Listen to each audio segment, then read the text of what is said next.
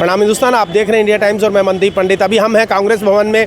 आज हिसार नगर निगम से जो मेयर प्रत्याशी हैं कृष्ण सिंगला टीटू, वो आज अपना नॉमिनेशन भर रहे हैं। आज मतदान का अंतिम दिन, नामांकन का अंतिम दिन है और सांसद जयप्रकाश और बाकी सारे ज़िले के जितने भी एमएलए हैं, चाहे कुलाना से एमएलए नरेश सेलवाल हैं, उसके अलावा नारनौल के एमएलए जो हैं जस्सी पेटवाड़, वो भी आए हुए हैं। उसके अलावा आदमपुर के उम्मीदवार हैं रिटायर्ड आईएएस चंद्र प्रकाश, वो भी उनके नॉमिनेशन में आया। पूरी कांग्रेस एकजुट है यहाँ पर और वो कह रहे हैं कि हम जो भारतीय जनता पार्टी का उम्मीदवार है या कोई और भी अन्य उम्मीदवार हैं उनसे हम 21 पढ़ रहे हैं, तो उनसे बातचीत करेंगे। अभी हमारे साथ जो सिविक इलेक्शन कोऑर्डिनेशन कमेटी के सदस्य हैं हमारे साथ हैं, उनसे बातचीत करेंगे। सर स्वागत है आपका, कैसे हैं? नमस्कार जी, आपको और आपके सभी दर्शकों को। थोड़ा अपना परिचय भी दे दीजिए सर। मैं सुरेश पंगाल, हरियाणा कोऑर्डिनेशन कमेटी जी और एमसी इलेक्शन एंड मेयर चुनाव के लिए जी। हाँ, हाईकमान ने हमें नॉमिनेट किया है पार्टी ने जी। और फिलहाल जो मेयर का चुनाव उसके संदर्भ में पार्टी ने हिसार से मेयर का जो प्रत्याशी घोषित किया है कृष्ण सिंगला जी, जो 1995 से 2000 तक नगर परिषद के चेयरमैन भी रहे हैं हिसार के, 2 बार एमसी भी रहे हैं उससे पहले। एक ऐसा प्रत्याशी कांग्रेस ने चुन के भेजा है जो सभी को साथ लेकर के एकजुटता के साथ में चुनाव। क्या लग रहा है आपको, माहौल क्या है? माहौल कांग्रेस के फेवर में है।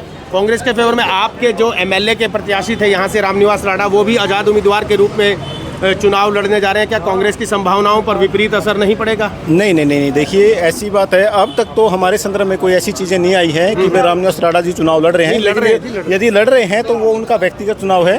तो जो कांग्रेस है वो कांग्रेस बिल्कुल एकजुट है, पार्टी के तमाम लीडर साथ में है। भारतीय जनता पार्टी कहती है कि कांग्रेस अंदरूनी गुटबाजी का शिकार है। अभी तक विपक्ष का नेता भी तय नहीं कर पाई है, अध्यक्ष को बदलना था वो भी बदल नहीं पाई है, अभी सिर्फ प्रभारी ही बदले हैं। क्या कहेंगे आप? देखिए, भारतीय जनता पार्टी को हिसार के अंदर मेयर का प्रत्याशी नहीं मिला। अच्छा। क्योंकि जो मेयर का चुनाव लड़ रहे हैं, जो कैंडिडेट उन्होंने बनाया है वो आंसी से बिलोंग करता है। क्या हिसार के अंदर पार्टी के पास रहते तो हिसार में ही है? नहीं, आप एक चीज नोटिस करिए, प्रवीण पोपली जी को आपने कितनी बार देखा हिसार में? बहुत बार देखा। नहीं, 2005 से अगर हम नहीं, संगठन में सक्रिय हो सकते हैं, लेकिन हिसार ये मुद्दा बना रहे हैं, सिर्फ मुद्दा बनाएंगे, तरीके से बनाएं, अच्छे से उठाएं, वही हम कहेंगे। नहीं, जो बातें मैं आपको बता रहा हूँ, जो ओरिजिनल, जो ग्राउंड के जो फैक्ट हैं। अच्छा। जो बीजेपी के पास में और हिसार में प्रत्याशी नहीं था। चलिए ठीक है, मान लिया आपकी बात। निवर्तमान मेयर हैं गौतम सरदाना, बिल्कुल साइलेंट बैठे हैं। निर्दलीय चुनाव लड़े थे एमएलए का किशोर, कांग्रेस को समर्थन दे रहे हैं?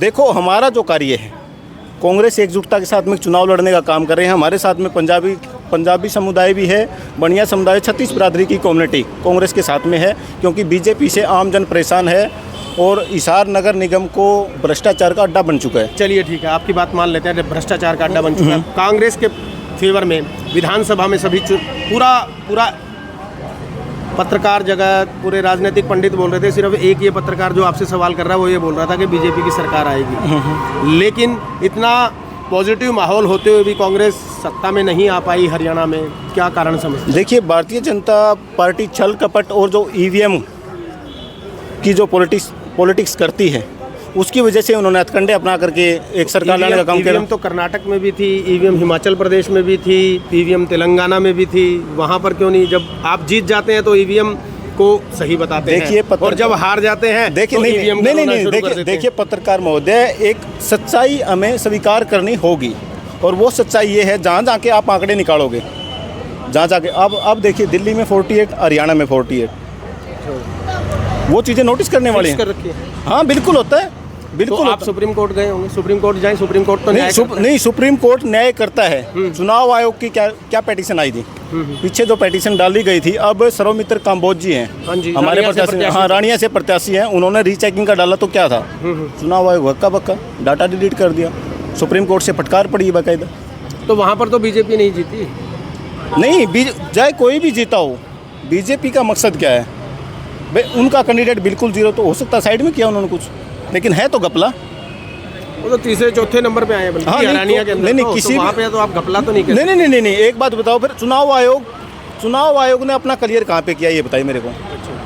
मतलब चुनाव आयोग निष्पक्ष नहीं है? आप नहीं है, बिल्कुल। संगठन कब बनेगा हरियाणा कांग्रेस का? पिछले 11 साल हो गए। संगठन जस्ट जो हमारा मेयर का चुनाव का जो रिजल्ट आ गया, रिजल्ट आते ही आने के बाद में आपको संगठन देखने को मिलेगा, एक नई कांग्रेस देखने को मिलेगी। क्या आप ये उचित नहीं समझते कि जब भी कोई अध्यक्ष होता है, प्रदेशाध्यक्ष हो चाहे राष्ट्रीय अध्यक्ष हो, जब उसके नेतृत्व में चुनाव लड़े जाते हैं और उसके नेतृत्व में पार्टी हार जाती है, वो स्वयं भी चुनाव हार जाता है। आपकी पार्टी के जो प्रदेशाध्यक्ष हैं उदयवान, वो खुद भी चुनाव हार गए, पार्टी उनके नेतृत्व में चुनाव हार गई, तो नैतिकता के नाते उनको त्याग पत्र नहीं दे देना चाहिए? देखिए, हर आदमी को उस बारे में अपना खुद का अधिकार होता है डिसीजन लेने का, लेकिन सबसे बड़ी चीज़ यही है, फिलहाल जो हमारा मेयर का चुनाव ऊपर से था, इसके तत्काल बाद में हमारा संगठन बढ़ने जा रहा है। चलिए, धन्यवाद और चुनाव के लिए आपको शुभकामनाएं। Thank you sir.